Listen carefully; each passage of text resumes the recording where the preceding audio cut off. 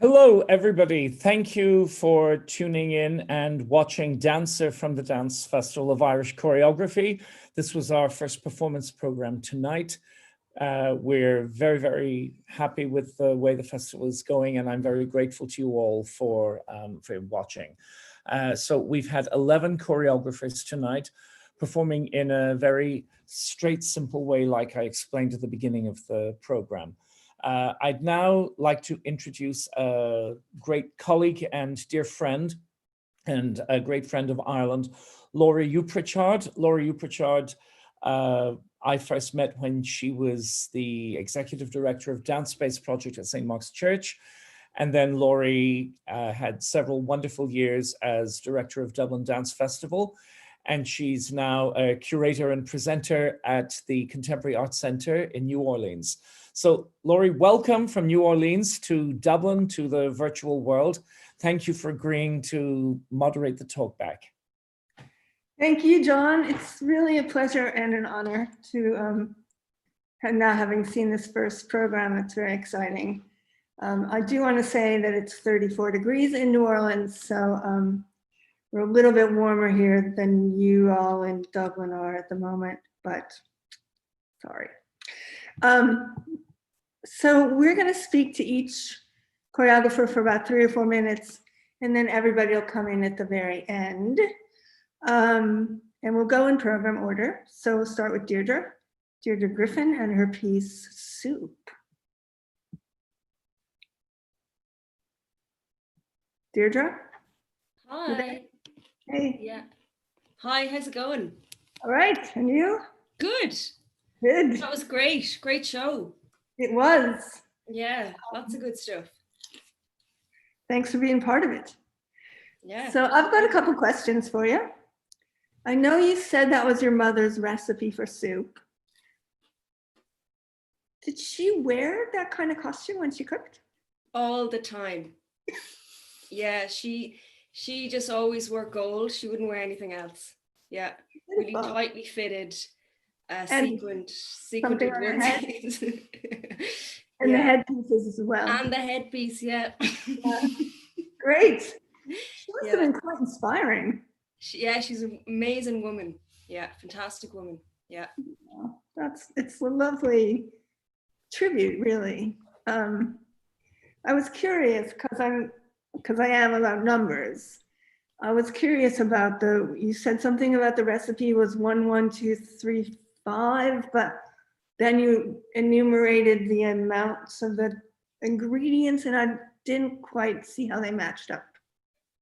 Maybe well, they're just like the parts of, the part of the recipe that goes in of the different ingredients. But I'm actually sewing a beetroot. I take a deconstructed beetroot, so I cut it in half and I take out all the pulp and then I sew it back together. So that's, you can't really see it on the video, but that's actually what I'm doing. You are sewing. I sew it back together. Yeah, it's a perfect beetroot afterwards, but the inside is gone. Got it. Because I couldn't tell exactly what you were doing. It's true. Yeah. And then I admired your bravery of doing handstands in a small space like that. Yeah, well, walk over anything when you were rehearsing?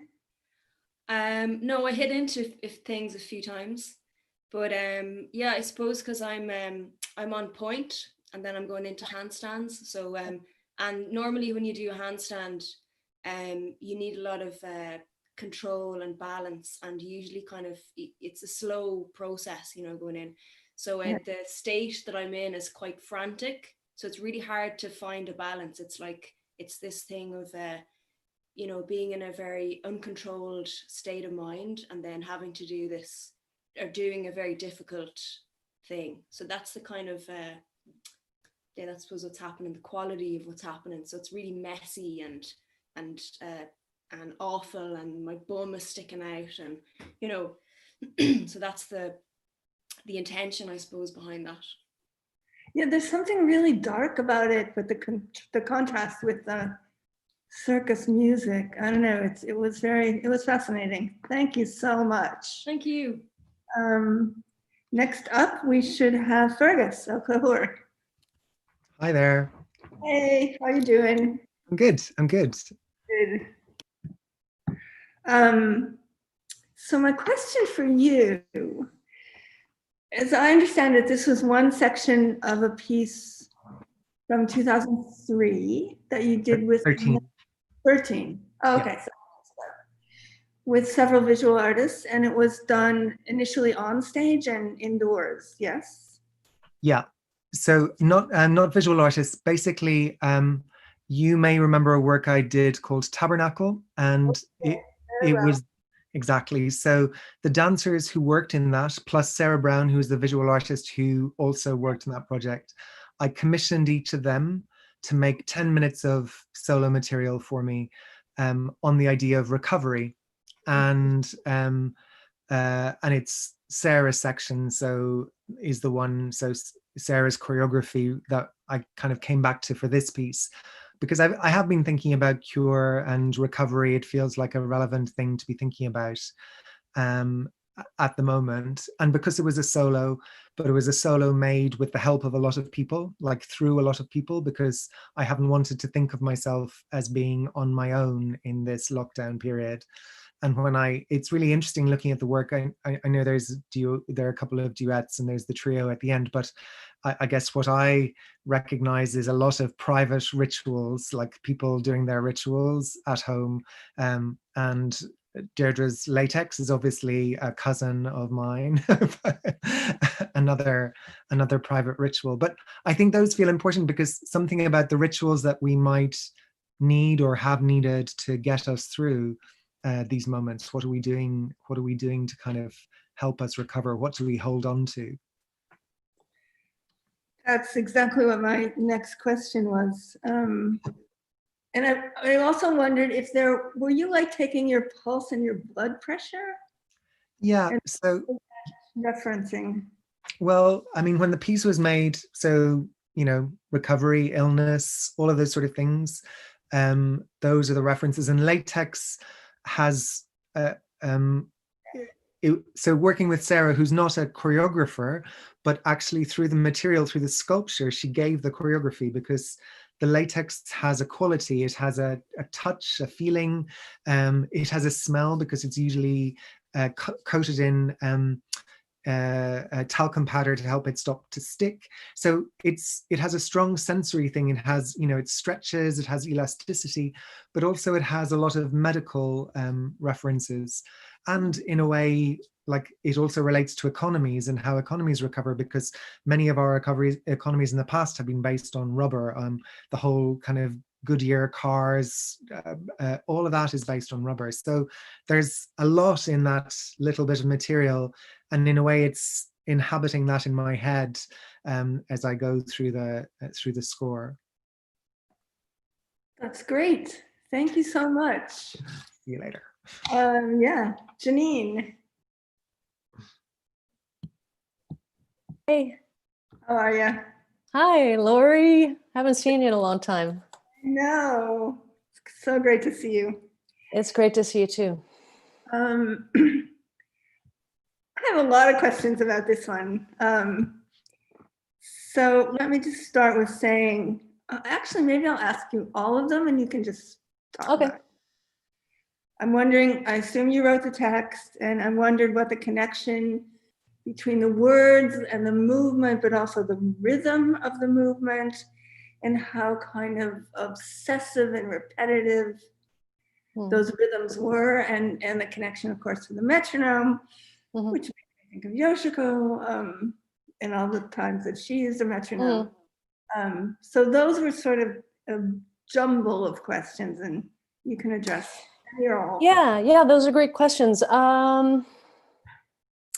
So I made this for this. Obviously, it's in my bedroom, and I made it sort of with the notion that I wouldn't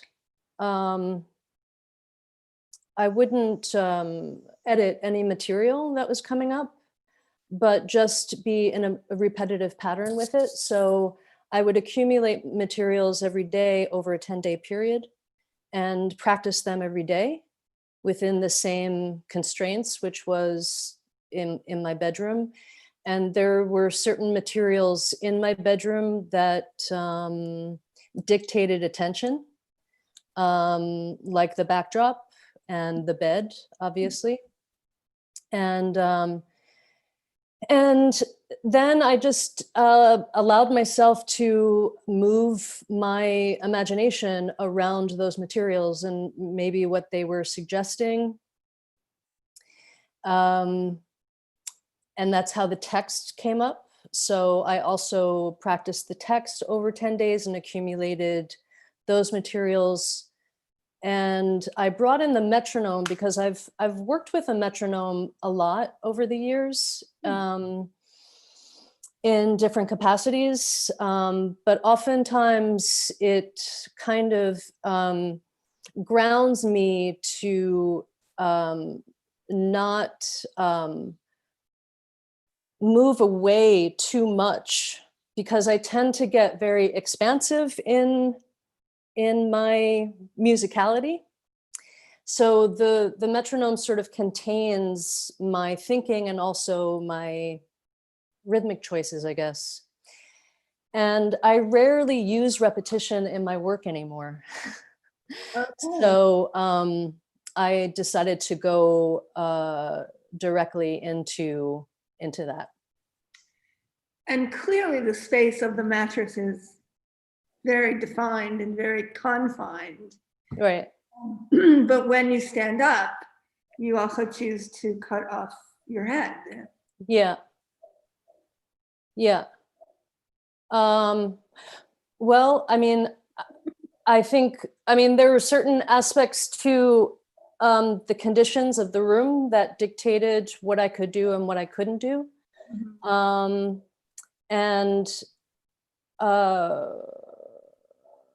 Yeah, I've been working a lot also with voice and what is an authored voice or what is a de-authored voice? Where is like the removal of that voice from the body? And maybe that was a more of a subliminal choice that I made. But now that you're bringing it up, I can maybe make that association to it. Cool. Interesting. Thank you. Sure, I'll see you later. Yeah, Mufatar. Mufatar Yusuf, next.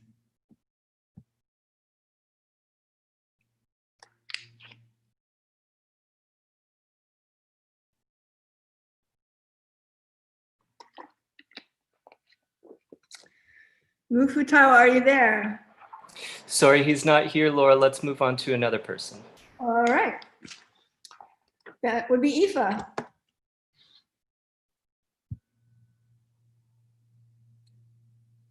You're muted, I think. Getting used to this stuff. Hey, Laurie. Hey, everybody. How are you? Hey, I'm really good, thank you. Yeah. Really Love good. you. It's been so long. Pardon? It's been so long.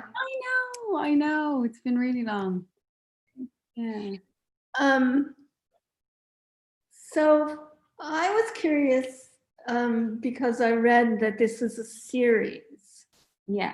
And I wondered when the idea had come to you to start this series. Was it before the lockdown, after the lockdown? And just, what was the inspiration? Yeah. So this would be before the lockdown. So it was around 2013, 2014. And when I'm improvising, I tend to kind of see things in space like energy lines or shapes or emotions, or just I really try and make the invisible really present through my body, and almost describe what I'm seeing. And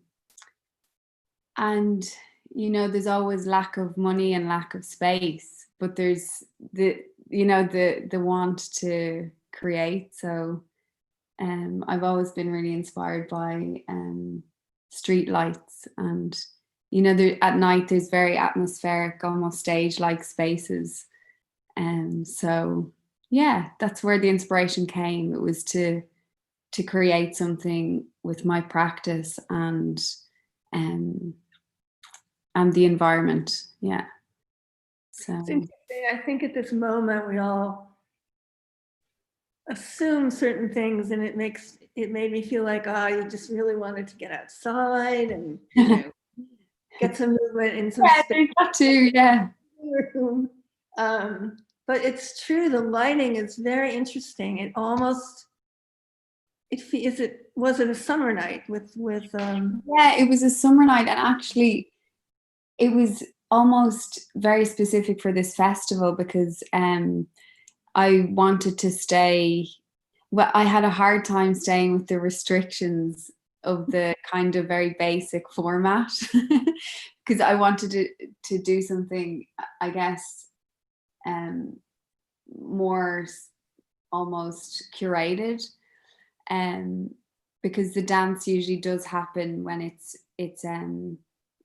really like pitch black in the night, but it's kind of impossible to capture on an iPhone, that kind of lighting.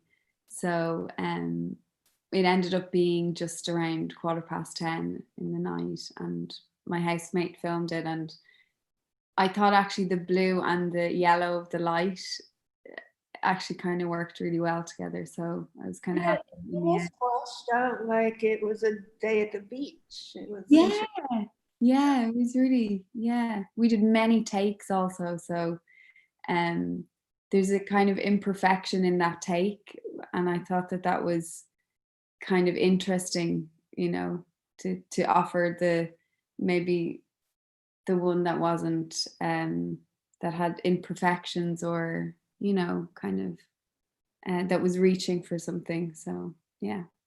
And the sound was also very, very specific. And I wondered if you'd tried that out in different ways, or it just was kind of serendipitous. I think the sound is the rhythm. It's that relationship between the dance and the tension in the dance, you know. And I love the way my shoes are so flexible now that I can really like slide around the surface, and I like the sound. I like the grind of the stones into the street, you know. Yeah. Great stuff. Thank you so much, and see you later. Yeah, lovely to see you. Bye, everyone. Liam is next. Hey, how are you? Liam, pleasure to meet you. You too, Laurie. Pleasure to meet you. That was great. I'm going to explain that I'm not an expert on this. So I have a couple of questions, and I hope I don't sound too stupid.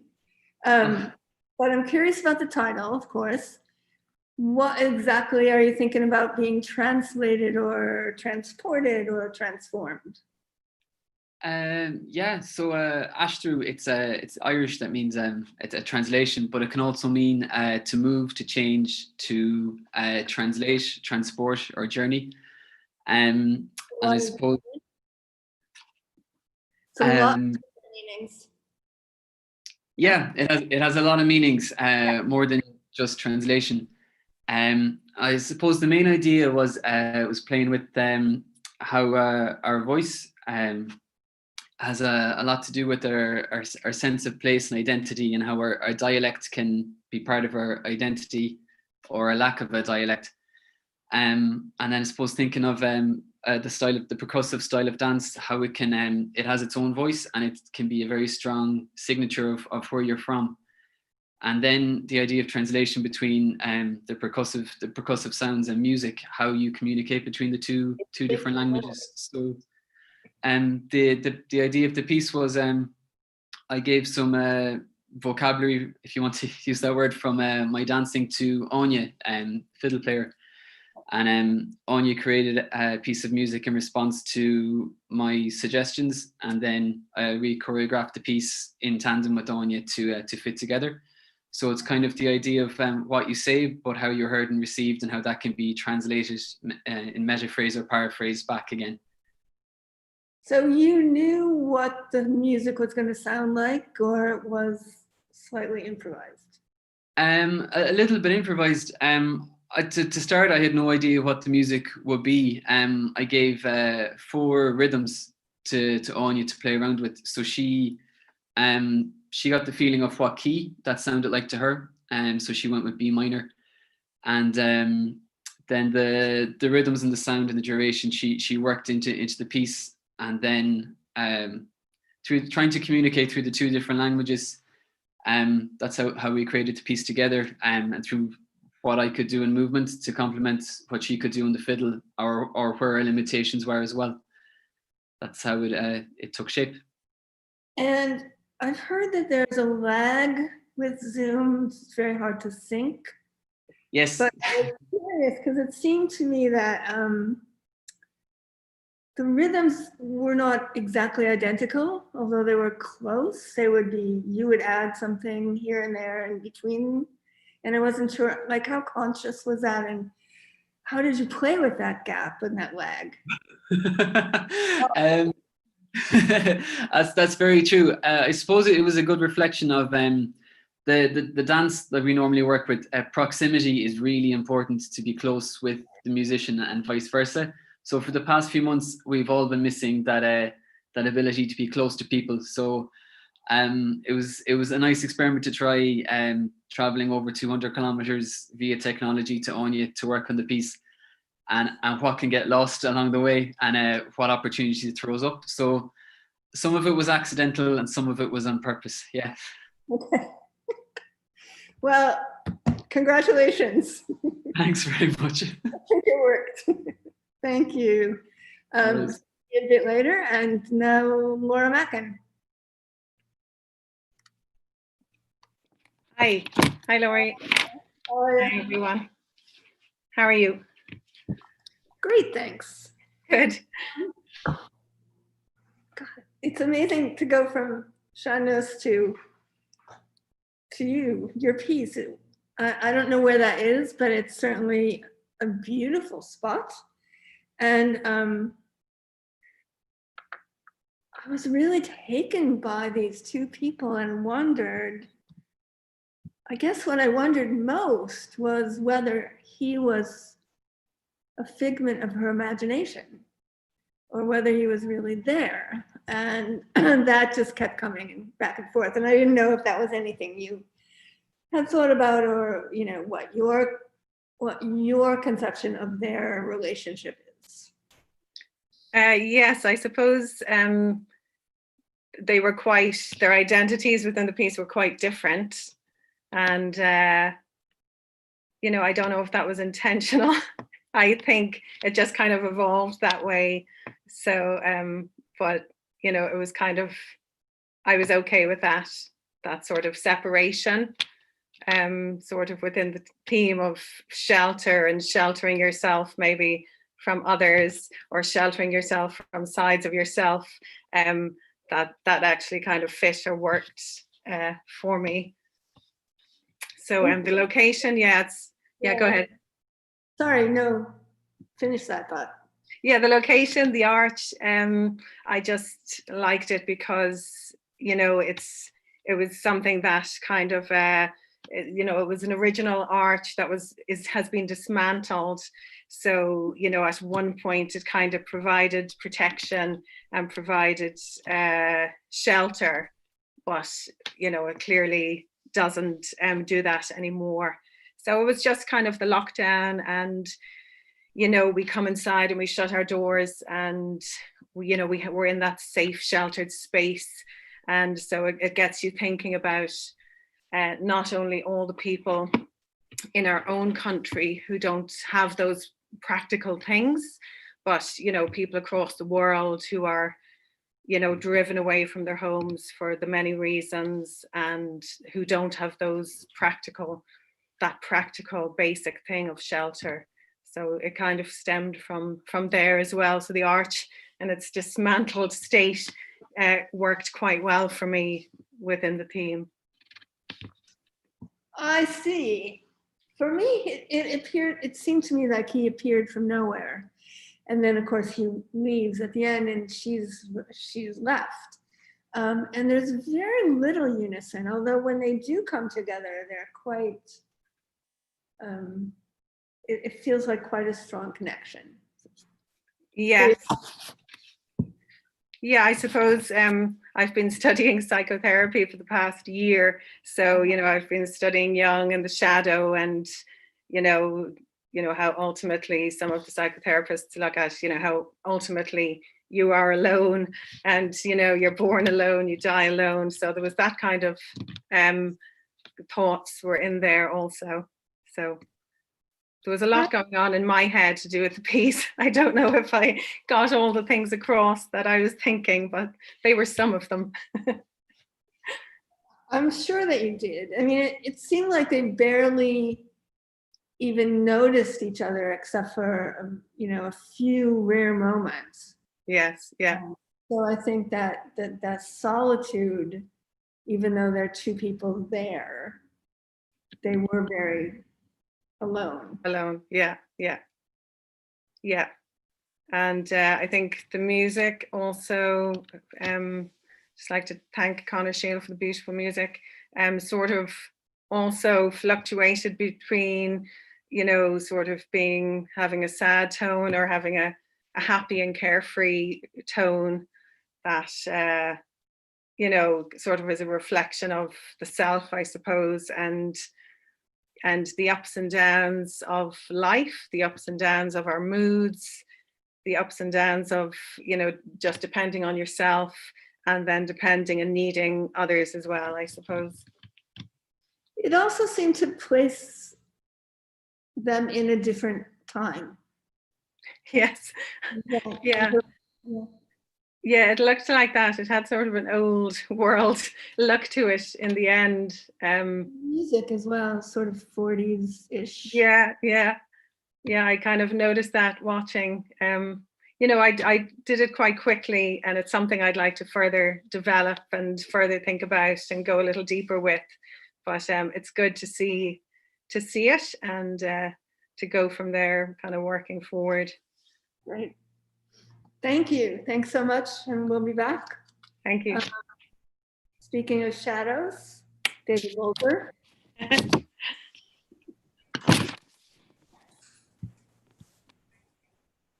Hello, David. Hi, Laurie. How are you? Oh, good, thanks. Good to see you. You as well. Yeah. This is a historic moment. I've only seen It's a place, so that's something. Yeah, it's been a strange day, and this has been pretty incredible to be part of, and we handed back the keys to the studio today, and I've mixed feelings about it. Things are shifting, and so it was nice to finish with this and be part of the festival, and to be able to dance something in the studio on my own, and yeah. It's a kind of perfect farewell. You cite this litany of what was there and what's no longer there. Yeah.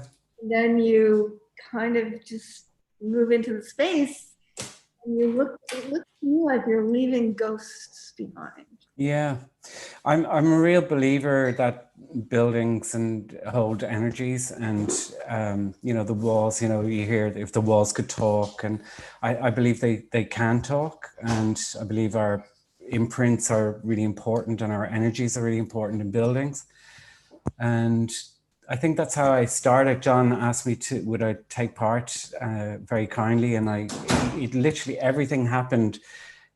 We were leaving the studio. John asked me to take part in this festival. Immediately, I was like, oh, I don't know. And then I thought, well, I should dance in the studio. So he kind of instigated that, which was fantastic. And I just sat in the studio, and I just started to make something, and I had no music or anything. And then I started to look at the, the Parting Glass as a song or a ballad that's sung, at the end of gatherings, and sometimes it's sung at funerals, and sometimes just at the end of a gathering of friends. And so I made the piece in silence, and then I listened to the Parting Glass came to my head, and I started to just listen to it, and then kind of shaped the movement towards it. And then when we recorded, I listened to the music lots of times. So I didn't rehearse with the music at all. So it was kind of an interesting experiment to be making in a way.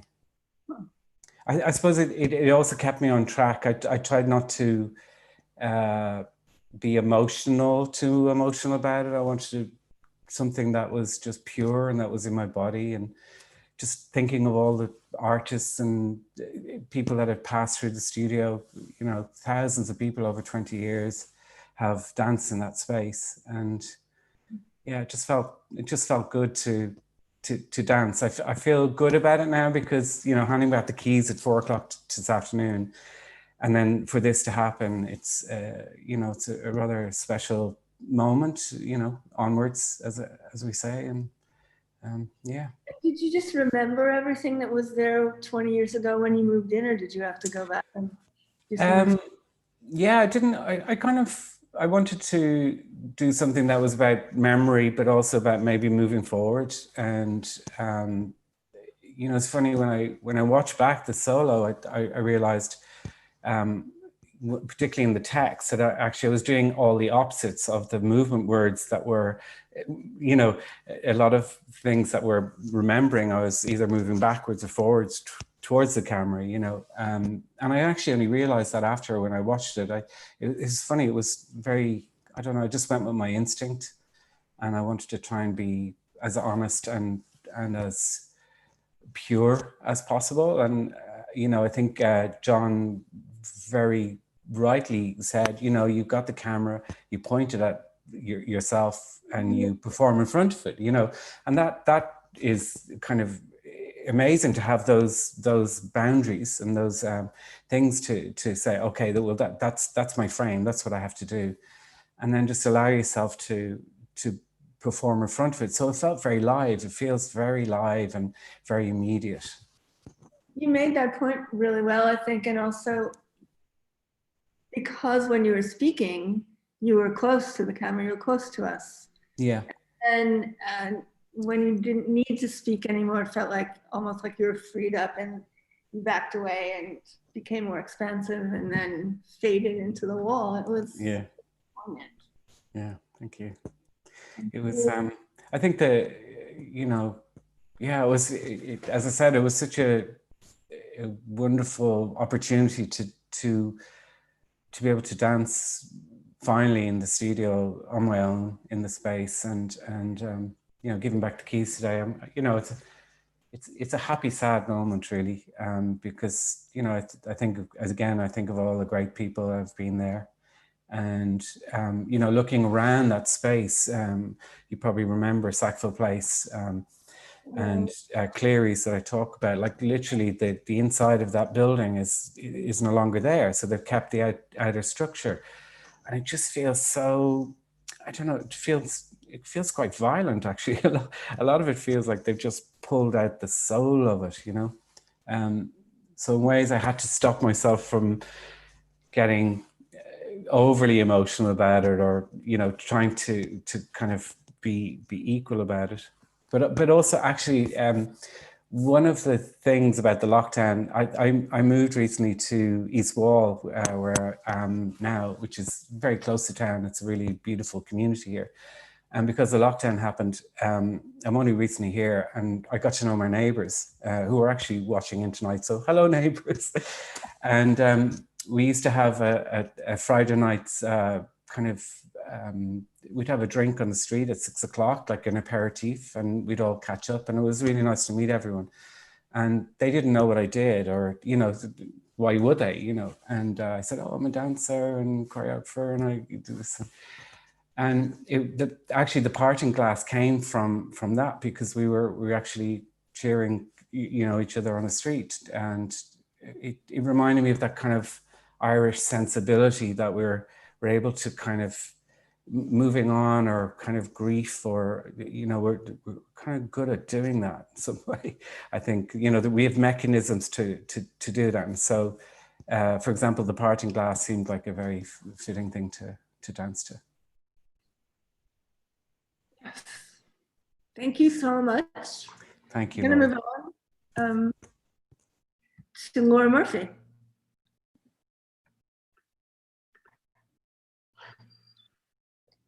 Hello, Laurie. How are you? I'm good, thanks. How are you doing? Very well, thank you. Thank you for Tide. My goodness. All I could say was writing things down, and it's like, it's such an iconic landscape in Dublin. And it's so gray. And then you put gray buckets on their heads. Like, what in the world inspired that? And it's crazy, but it seems so right. So, I like. Pardon? Say more about it. Yeah, well, I guess the space it's set in Dublin Bay, just on the Bull Wall. I'm not sure if you're familiar with that in Clontarf. Yeah, the iconic pool bag chimneys in the background. And the grey, it's kind of funny because the landscape there is so different every day, almost every hour or every minute, because of the Irish weather.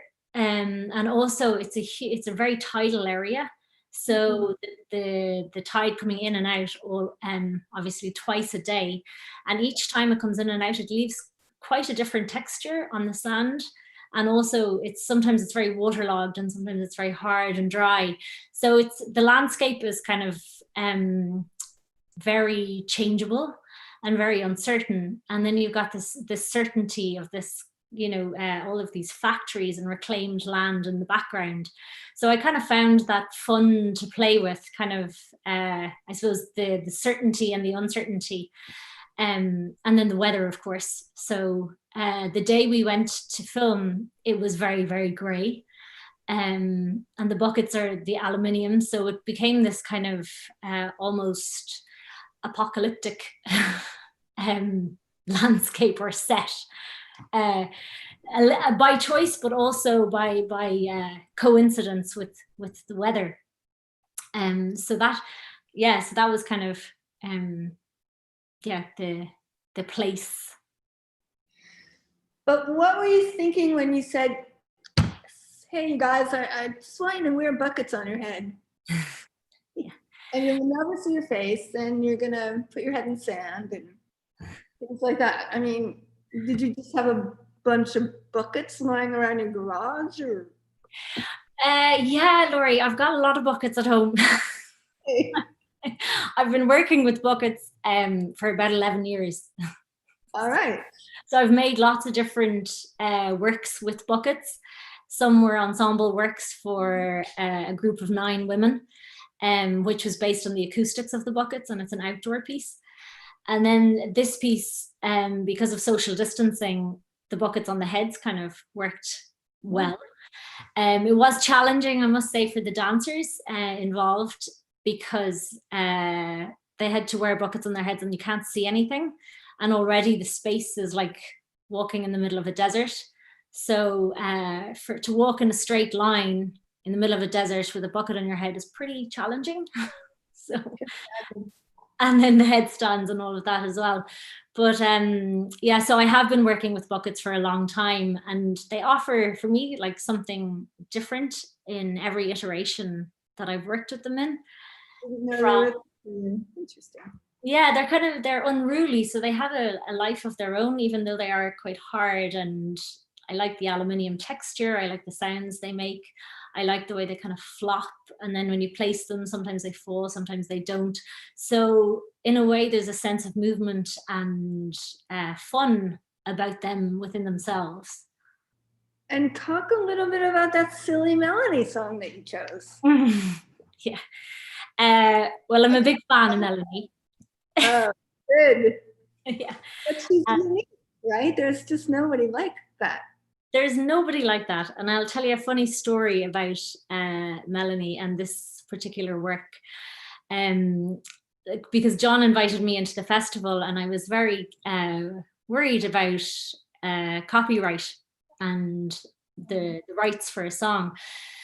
And I've listened to this song a lot and tried to figure out a way in which maybe I could use it at some point. And when I played it with some of the footage from this work, I felt it worked very well. Like the lyrics, also the melody, and the sense of it. So I wrote to Melanie on Twitter and asked her, would she please let me use the song? And she replied. That's great. So that was very exciting. So I said, I better do that. Fantastic. Yeah. On that note, I'm going to have to ask John to come in so we can start to wrap this up, but it's great to see you and thank you. You too. Thank you, Laurie. Hi, Laurie. Hi, John. So thank you.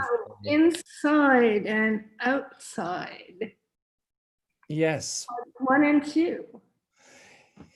Yes. So where are they? They're just gorgeous locations. the first one with the two boys is was filmed on a bandstand in Fairview Park near where I live, near where David lives. We're all in the same area, quite near Dance House. And I go to Fairview Park now to, I go for a bit of a run.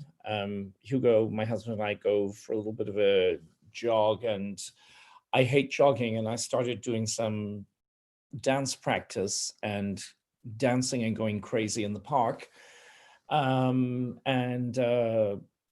It's quite fun because you're in this huge space. It dictates something else to the movement other than what happens in the studio, and you're not being observed. You don't have mirrors, and there's something quite wonderful about it. And it's been an interesting way to connect with my aging body. And I've been working on a piece called Migration Sonata, which was meant to be in Kilkenny Arts Festival this year. And I've been working with Magdalena and with Connor and also with Muftau on this. And more people are meant to come in at a later point, including Sebastião. So some of the tasks we had in that, Connor and Magdalena and Muftau would have to go out because they couldn't do it in their living rooms or their apartments. So they would go out to parks, and there's this kind of crazy run, and they would run and film themselves doing this. And we all started getting a sense of that there is something else happening in the way we are working because we're working online. And from an online work session and from making work, you're not going to get what you get for theater. You're not going to get what you get for a live performance, but there are other things. And some of the things are good and they're interesting. And Magdalena and Connor and myself have been working on material about aliens and contact with aliens. And we also got into this visceral internal movement that was movement that didn't need any explanation. It was just there. And all of the dancers, both Sebastião and Connor and Magdalena, all do that. When they start moving, they have this No, they're wonderful. She is particularly has a clarity about the initiation of the movement being internal. Yes. And I wondered if that's the inside that you're portraying, or is it something they're hiding? I don't know, or different levels. There's a lot of different things about the title, even to do with how we are now inside and outside. And it is a dance about, I think what's happening on the inside is in a way more important than what we see. And also the way we've been working, there's been a lot of inner preparation, and we talk a lot, and you don't, and we experiment and we feel things and share books and pictures and look at things on YouTube. They're very exploratory research sessions. And so we would get to a point where you were just ready to just go. And there is something extraordinary in Magdalena's movement. I first saw Magdalena when she dances now with Nasera Bellezza. And Magdalena's working a lot with Nasera for the last, I think, 2.5 years. And she can tell us a bit more. Magdalena, do you want to come out? She's there too. And what I did for the piece, though, Magdalena, Sebastian Connor were meant to be in the same piece, but we couldn't travel. There was a travel restriction. So I ended up making a duet for the two boys. And then I gave Magdalena a score and frantic instructions. And she drove out into the mountains in Clifton and found this incredible stage. And we had several things, she had qualities, and there is something about Magdalena that is very internal, which is totally different to how I perform, and it's totally different to the energy of the boys that is new for me. I'm learning a lot from it. Well, thank you so much. I know we're getting close to wrapping up time, so can we invite everyone to come back and just like take a bow? And yeah, Magdalena may want to say something about her movement, but yeah, thank you, everyone.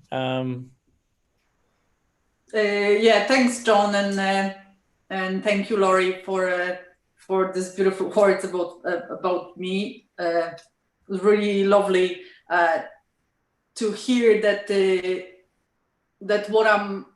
what is happening inside of me, that you can feel it too as an audience, because this is how I work now, or how my work got really focused into that.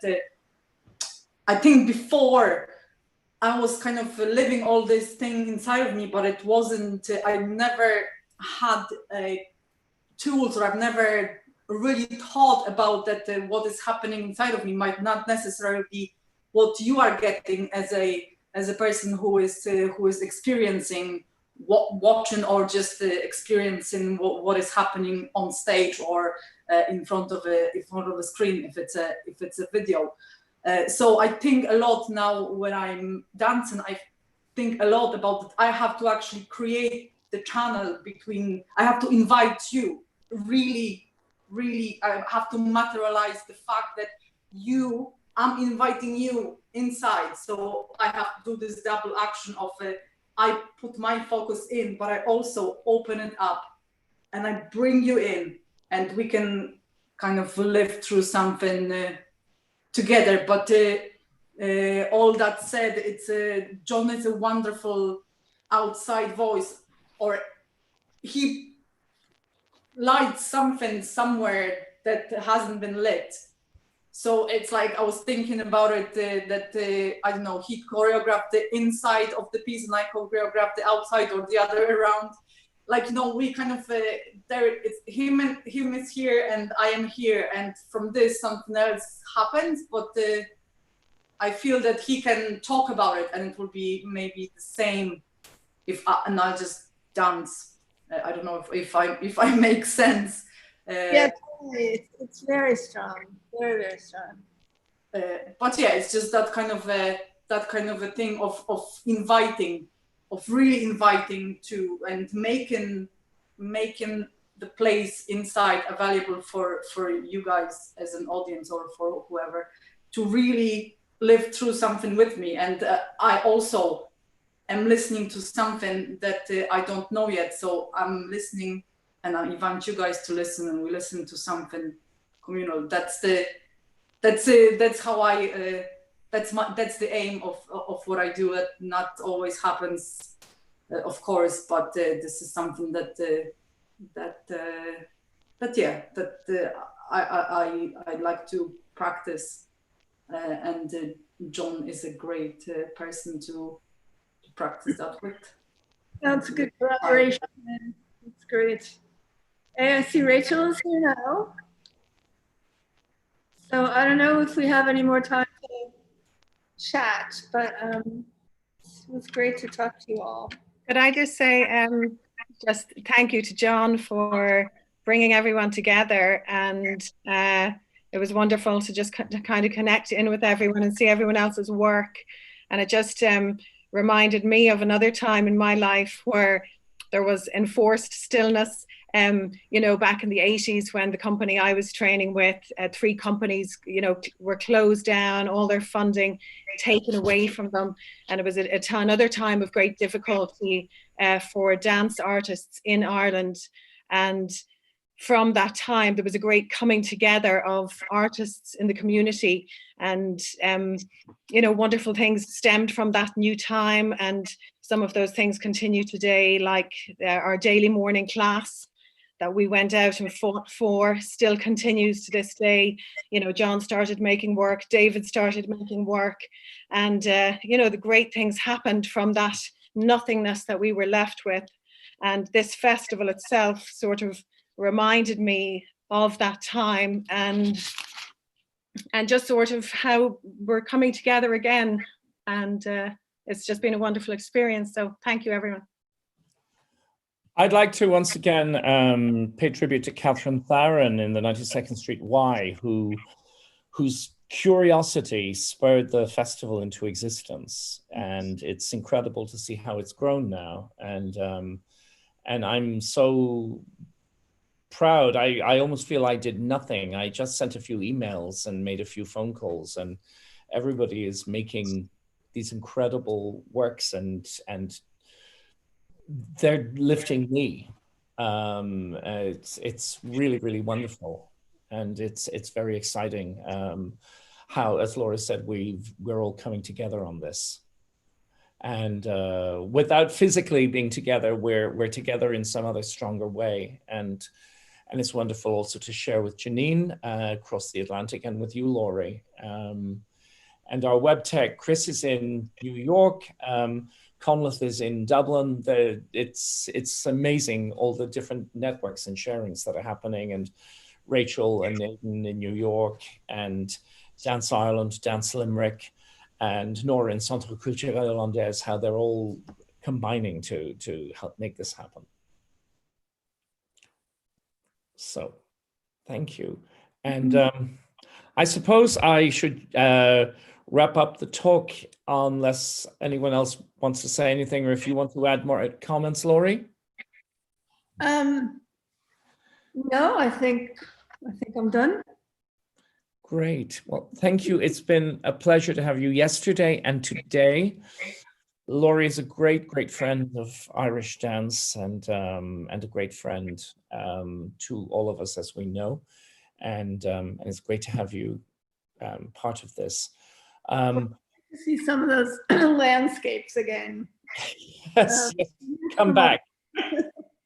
Yeah. Come back when you can. And now I'd like to introduce once again our partners in New York, the Irish Arts Center. And as Aidan described yesterday, they're in the middle of this very exciting construction of the new Arts Center. And Aidan is now going to show us a video he did this morning of the work in progress inside the Arts Center, which is going to be a home for all Irish artists, choreographers, theatre makers, writers, musicians. It's the most incredible achievement. And now I'd like to introduce Aidan and the introduction to the work of the Irish Arts Center in New York. Thank you, everyone. And we have another performance tomorrow at 7:30 Irish time on the same links. And subsequently on Thursday, another one of Screen Dance. And then Friday, we have a presentation on Merce Cunningham and Ireland and a Cayley. So thank you. And here goes Aidan. They're all going to be here.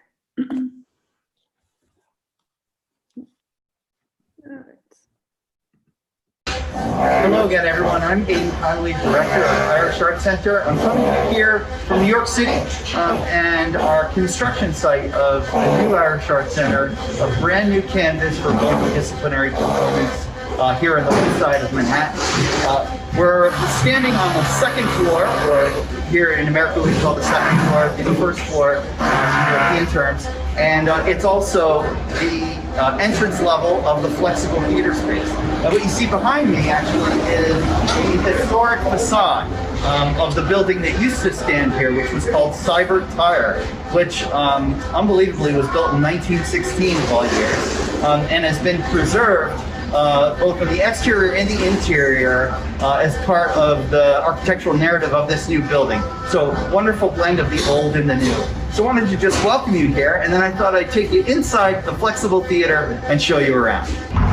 So one of the key configurations that we have is called the end-on configuration, which is a fairly traditional configuration. And you can see where the stage would be here. So we have the seating that begins here in this removable pit and would extend all the way here to where the top of that balcony is. And so ultimately those will be a telescopic seating unit. So those will be easily retractable and allows us to reconfigure the space in other configurations. Now, one of those other configurations is what we call three-quarter thrust.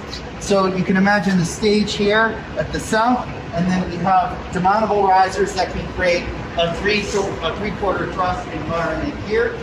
You can also imagine if we have a dance stage, we'll have sprung floors that can be brought in. Imagine that all the way across here and seating here to the north side. So lots of different seating configurations. Ultimately, what we're aiming to do is just have an open volume, a simple open volume, but with enough technological adaptability genuinely to allow those environments to constantly change, and balancing that obviously with some sense of how efficiently those environments can change. So we probably have about a half a dozen different configurations that we're aiming to show in our opening season.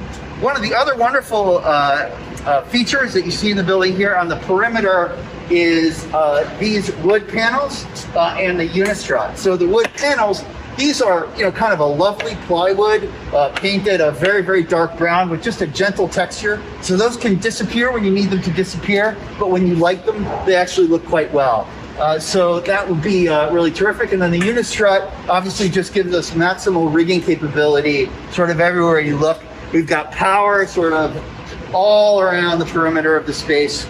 And then, as I mentioned before, we have the wire tension grid up top. So ultimately, the identity of this space really is intended to be about flexibility, about the maximally adaptable canvas for the artist. So as we celebrate the dancer from the dance festival, it's great to have a chance to give you a glimpse of us back at work here, building this wonderful platform for dance and indeed for so many other art forms from Ireland here in New York.